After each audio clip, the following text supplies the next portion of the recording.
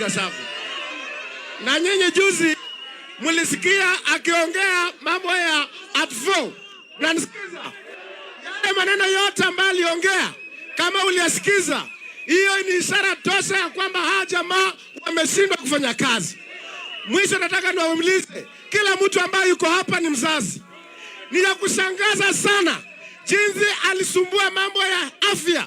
Watu wakakufa kwa sababu ya kutoa mambo ya NHIF mwaka wa 2022, 2023 mpaka 2024. Sasa wamekuja katika mambo ya education, mambo ya TVET. Jamaa saiba principals wa resign kwa sababu amemaliza mambo ya TVET, ameleta confusion kabisa.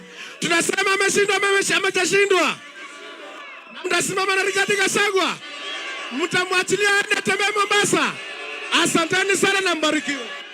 Haya, kijana wetu Getungati Karongo Athang'wa atuthomere mohoro nigetha muturekererie.